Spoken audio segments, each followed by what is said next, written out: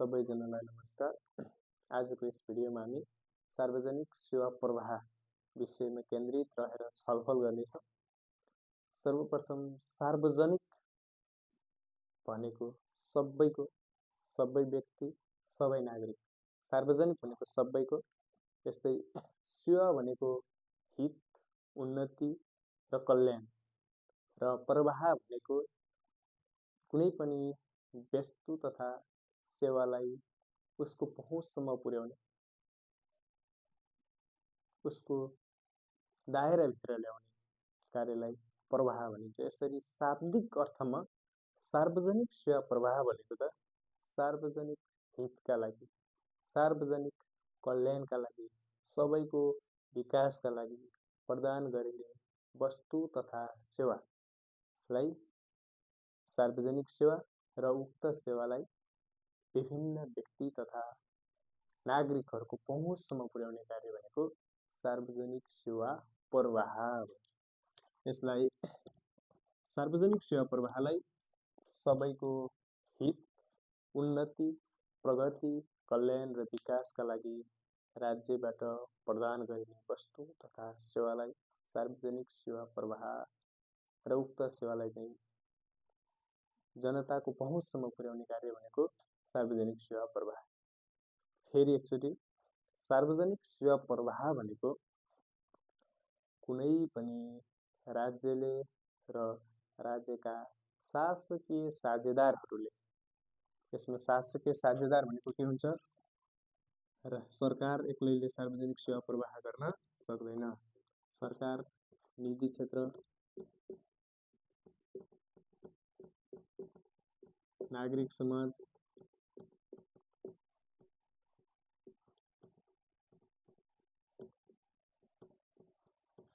गैर सरकारी संस्था,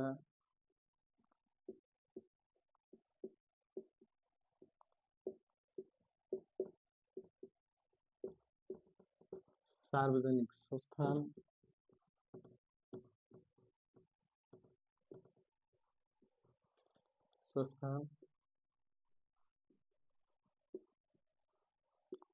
र अन्तर्राष्ट्रिय समुदाय।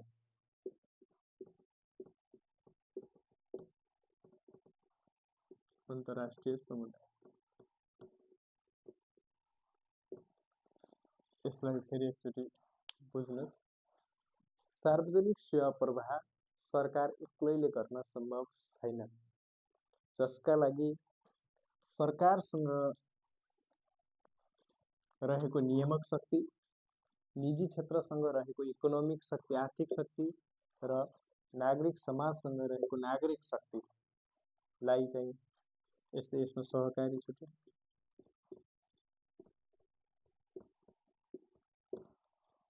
सहकारीसँग रहेको कलेक्टिभ पावर भन्छ नि, स्थानीय स्रोत साधन हो, यस्ता विभिन्न शक्तिहरूलाई एकीकृत गरेर प्रवाह गरिन्छ, त्यो हुन्छ सार्वजनिक सेवा प्रवाह। सरकार एक्लैले गर्न सक्दैन सार्वजनिक सेवा प्रवाह। सार्वजनिक सेवा प्रवाह अन्तर्गत कस्ता सेवा पर्छन् भनेर सोच्नुभयो भने, जस्तो तपाईले जन्म अघिदेखि मृत्यु पछिसम्म पाउने सबै सेवा भनेको सार्वजनिक सेवा प्रवाहमा पर्छ। जस्तो तपाईलाई हिँड्नु पर्यो बाटो, तपाईलाई गाडी उडाउनु पर्यो सडक, तपाईलाई पिउनु पर्यो पानी, तपाईलाई फोहोर फाल्नु पर्यो त्यसको लागि ठाउँ, जसलाई चाहिँ ढल व्यवस्थापन गर्ने क्षेत्र, यस्तै तपाईलाई स्वास्थ्यको लागि राम्रो हस्पिटल, तपाईलाई शिक्षाको लागि विद्यालय, तपाईलाई कुनै कामकाज गर्नका लागि अथवा जागिरको लागि विभिन्न सरकारी तथा गैर सरकारी सङ्घ संस्थाहरू, यस्ता थुप्रै तपाईलाई अन्तिममा तपाईलाई सामाजिक सुरक्षा चाहियो, राज्य हो। यस्ता जन्मदेखि मृत्यु पर्यन्तसम्मका सम्पूर्ण क्रियाकलापहरू हामी धेरैजसो क्रियाकलापहरू हामी के गर्छौँ? धेरैजसो सबै सार्वजनिक सेवा हुन्। यसरी सार्वजनिक सेवा प्रवाह भनेको त्यस्ता सेवाहरूलाई हामी जनताको पहुँचमा पुर्याउनु पर्यो, हाम्रै वरिपरि सेवा पुर्याउनु पर्यो भन्ने कन्सेप्ट थियो अलि पहिला। तर अहिले हाम्रो वरिपरि, जनताको वरिपरि सेवा होइन, सेवाको वरिपरि चाहिँ जनता हुनुपर्छ।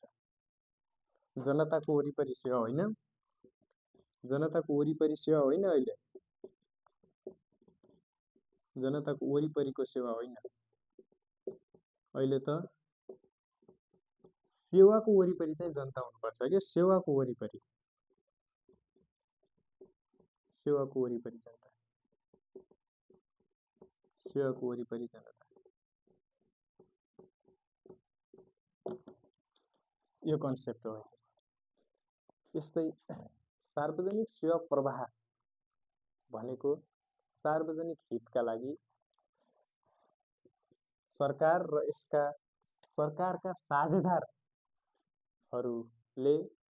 नागरिकका अथवा व्यक्तिको हक, हित, उन्नति, प्रगति, कल्याण र विकासका लागि प्रदान गरिने समग्र सेवा सार्वजनिक सेवा र त्यस्ता सेवालाई जनताको पहुँचमा पुर्याउने, घर दैलोमा पुर्याउने कार्य सार्वजनिक सेवा प्रवाह हो। सार्वजनिक सेवा प्रवाह गर्नु राज्यको दायित्व हो र यसरी राज्यले दायित्व ठानेर प्रवाह गरेको सेवाको उपयोग गर्नु फेरि हामी जस्ता जनताको कर्तव्य हो। हामीले सार्वजनिक सेवा राज्यले दिन्छ भने हामीले उपयोग गर्नुपर्छ। यस्तै कुनै पनि सरकारको यसले चाहिँ यसको सफलता र असफलताको मापन गर्ने कडी पनि सार्वजनिक सेवा प्रवाह हो। राज्यका मुख्य 3वटा काम हुन्छ: शासन, विकास र सेवा प्रवाह। शासन राजनीतिक र प्रशासनिक संयन्त्र मिलेर सञ्चालन गर्छ। उक्त शासनको प्रभावकारिता मापन गर्ने औजार भएको सार्वजनिक सेवा प्रवाह हो। यदि मुलुकमा सार्वजनिक सेवा प्रवाह चुस्त, दुरुस्त, प्रभावकारी, नतिजामुखी र प्रविधिमुखी छ भने त्यस्तो सरकार र अथवा त्यस्तो शासन व्यवस्था सफल शासन व्यवस्था मानिन्छ। यदि त्यस्तो छैन भने त्यो असफल शासन व्यवस्था हुन्छ, त्यो सरकार असफल भएको ठानिन्छ। यसरी सार्वजनिक सेवा प्रवाह भनेको अर्को हामी सबैले बुझ्नुपर्ने कुरा, कुनै पनि जनतालाई र सरकारलाई जोड्ने पुल भनेको सार्वजनिक सेवा प्रवाह हो। सार्वजनिक सेवा प्रवाहको थ्रु भएर हामीले जनता र सरकार बीचको सम्बन्ध स्थापना गर्छौँ। जस्तो कि कुनै पनि सरकारको यसले चाहिँ जनताको अभिभावकत्व ग्रहण गर्छ गर्दैन, गरेको छ या छैन, यसको सफलता असफलता कस्तो छ भन्ने कुरा सार्वजनिक सेवा प्रवाहको प्रभावकारिताले मापन गर्ने र उक्त सार्वजनिक सेवा प्रवाहको प्रभावकारिता भनेको मापनको कसी भनेको जनता हो। जनतालाई दिएको सेवा एकदमै चुस्त, दुरुस्त, प्रभावकारी र नतिजामुखी छ भने जनता उक्त सेवाप्रति सन्तुष्ट हुन्छन्। यसरी जनताको सन्तुष्टि भनेको लोक कल्याणकारी राज्य अथवा लोकतन्त्रको मूल्य र मर्म भनेकै नै जनताको खुसी हो। त्यसैले कुनै पनि हेर्नु सार्वजनिक सेवा प्रवाह यति विरत छ कि यसले लोकतन्त्रको सफलता र असफलता सम्मका कुराहरूलाई चाहिँ यसले निर्धारण गर्दछ। यस्तै सार्वजनिक सेवा प्रवाह हामीले राज्यले गर्नुपर्ने अथवा राज्यले सार्वजनिक सेवा प्रवाह गर्नुका कारण के छ, सार्वजनिक सेवा प्रवाहको महत्त्व के छ भन्ने विषयमा, जस्तो हामीले सार्वजनिक सेवा प्रवाहको माध्यमबाट हामीलाई सेवा प्राप्ति हुन्छ। जनताका आधारभूत, आकस्मिक र विकासात्मक क्रियाकलापहरूको चाहिँ प्रवर्धन हुन्छ, उक्त क्रियाकलापहरूको परिपूर्ति हुन्छ, उक्त समस्याहरूको समाधान हुन्छ। कसको थ्रु हुन्छ? सार्वजनिक सेवा प्रवाहको माध्यमबाट हुन्छ। सार्वजनिक सेवा प्रवाह प्रभावकारी भयो भने जनताका अधिकांश समस्याहरू समाधान हुन्छन्। यस्तै पहिलो नम्बरमा छ सार्वजनिक सेवा प्रवाहको महत्त्वलाई हेर्दा फर्स्ट नम्बरमा हामी लेख्न सक्छौँ राज्यका नीति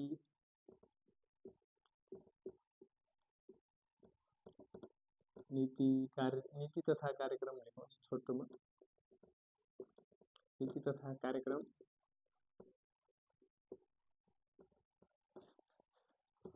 तर्जुमा र कार्यान्वयन गर्न।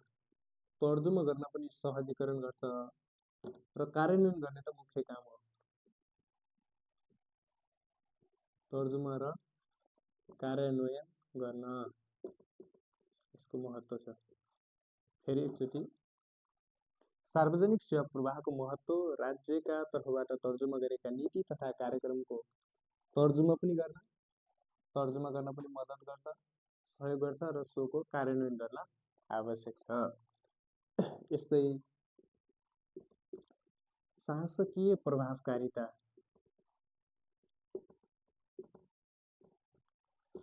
प्रभावकारिता मापन गर्न शासनको प्रभावकारिता कस्तो छ मापन गर्न। यस्तै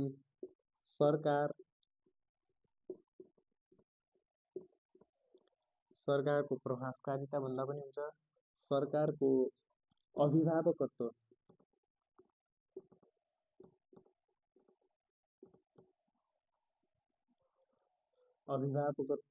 ग्रहण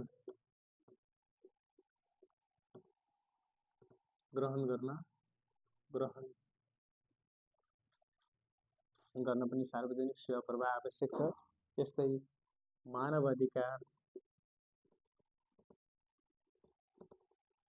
मानवाधिकार र मौलिक हक राज्यका तर्फबाट कुनै पनि व्यक्तिले जन्मसिद्ध रूपमा प्राप्त गर्ने अधिकार, मानवाधिकार, जन्मसिद्ध, प्राकृतिक, नैसर्गिक र आधारभूत अधिकार भनेका मानवाधिकार हुनुभन्दा राज्यले देशकाल र परिस्थिति अनुसार आफ्नो क्षमता, राज्यको धान्न सक्ने क्षमताका आधारमा प्रदान गरिने अनिवार्य रूपमा प्रदान गरिएका संवैधानिक उपचार सहित प्रदान गरिएका हक भनेका मौलिक हक हुन्।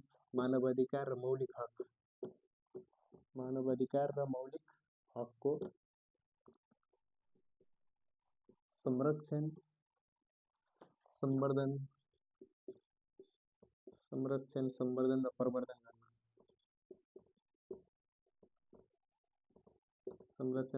र प्रवर्धन गर्न पनि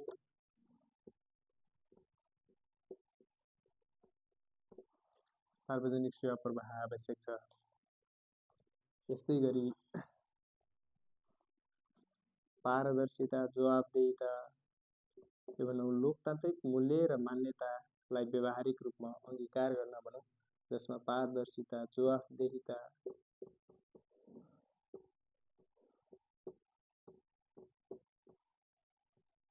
प्रवर्धन गर्न। कसले प्रवर्धन गर्नु पर्यो? राज्यले।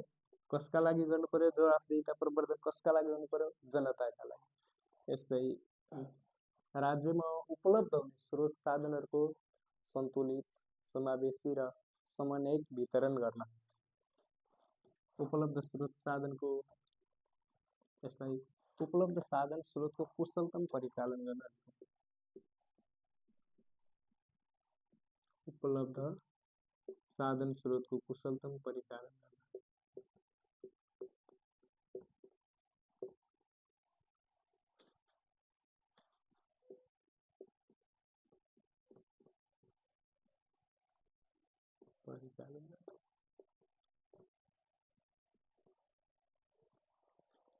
सार्वजनिक सेवा प्रवाह। यस्तै सार्वजनिक सेवा प्रवाह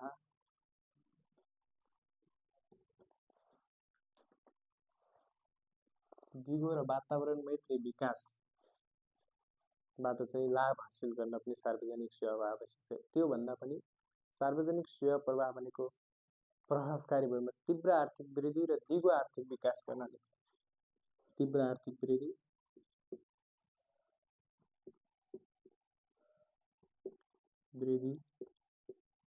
र दिगो आर्थिक विकास गर्न। हामीले कुनै पनि प्रश्नको एन्सर लेख्दा, बुलेटहरू तयार गर्दा उक्त विषयवस्तुलाई कुन क्षेत्रसम्म समेट्न सकिन्छ, जस्तो राजनीतिक रूपमा अघि हामीले भन्यौँ मानवाधिकार, मौलिक हक, यस्तै सरकारको प्रभावकारिता अथवा सरकारको अभिभावकत्व, यस्तो शासकीय जवाबदेहिता प्रभावकारिताको कुरा गऱ्यौँ। त्यस्ता राजनीतिक पक्ष भयो।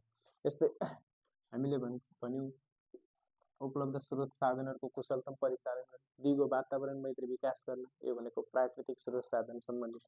यस्तै तीव्र आर्थिक वृद्धि र दिगो आर्थिक विकास गर्न भन्यौँ, यो आर्थिक भयो। सार्वजनिक सेवा प्रवाह भनेको गरिबी र बेरोजगारीको समाधान गर्न पनि सार्वजनिक सेवा प्रवाह प्रभावकारी हुनुपर्छ। यस्तै आत्मनिर्भर अर्थतन्त्रको निर्माण गर्न, जस्तो कि हामीले समयमै कर सङ्कलन गर्ने, राज्यले र जनताले समयमै कर तिर्ने बानीको विकास गर्यो भने आत्मनिर्भर अर्थतन्त्र विकास हुन्छ।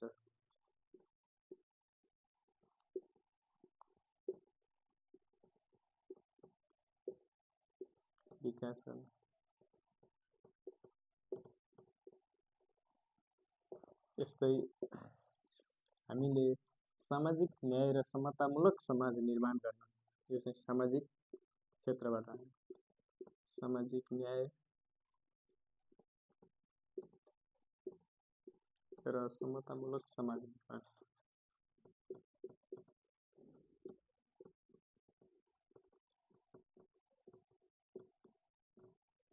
समतामूलक समाज निर्माण गर्न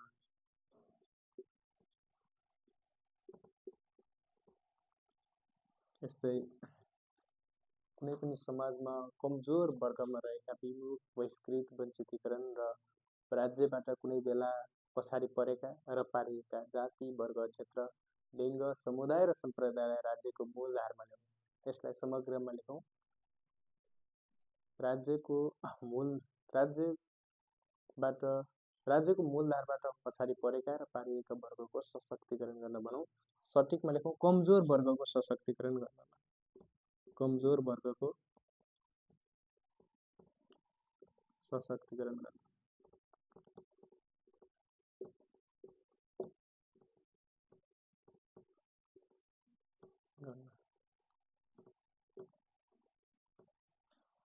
सामाजिक सद्भाव र सहिष्णुता प्रवर्धन। सामाजिक सद्भाव र सहिष्णुता प्रवर्धन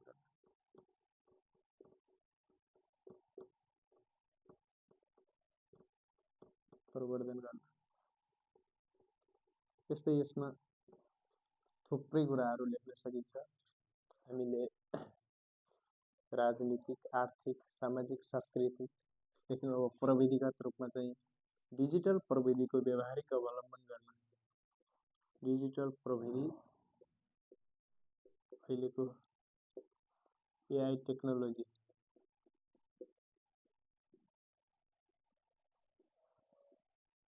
अवलम्बन।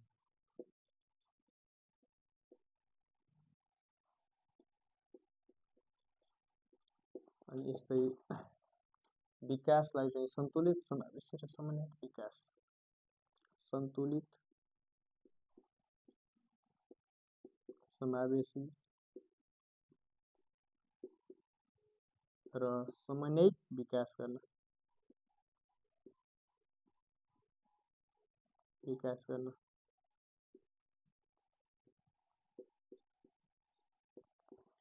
यस्तै विभिन्न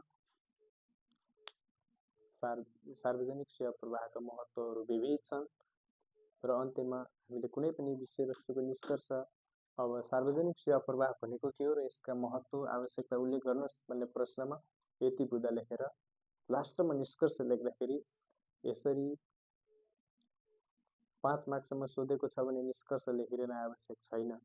तर पनि आफूलाई चट्ट चोटाइलो लास्टमा केही टक्क हिर्काउन मन छ भने कुनै पनि व्यक्तिको जन्म अघिदेखि मृत्यु पर्यन्तसम्मका समग्र क्रियाकलापहरूमा सार्वजनिक सेवाको प्रवाहको अति आवश्यकता छ। यसरी सार्वजनिक सेवा प्रवाहलाई वैज्ञानिक, व्यवस्थित, जवाफदेही, पारदर्शी, नतिजामुखी र प्रविधिमय बनाई सेवाग्राहीको सन्तुष्टिलाई चाहिँ प्रवर्धन गर्न आवश्यक छ। अथवा यसलाई अन्तिममा कसरी जोड्ने भन्दाखेरि सार्वजनिक सेवा प्रवाह भनेको राज्यको प्रभावकारिता मापन गर्ने औजार हो र यसलाई अझ वैज्ञानिक, व्यवस्थित, पारदर्शी, जवाफदेही, प्रविधिमय बनाई सेवाग्राहीमा चाहिँ खुसीको बहार ल्याउन सार्वजनिक सेवा प्रवाहलाई छन् सशक्त बनाउनुपर्छ, झन् प्रभावकारी बनाउनुपर्छ भन्ने विषयलाई चाहिँ जोडेर निष्कर्ष लेख्न सकिन्छ साथी। ल यति भन्दै आजको क्लास यति गरौँ। धन्यवाद।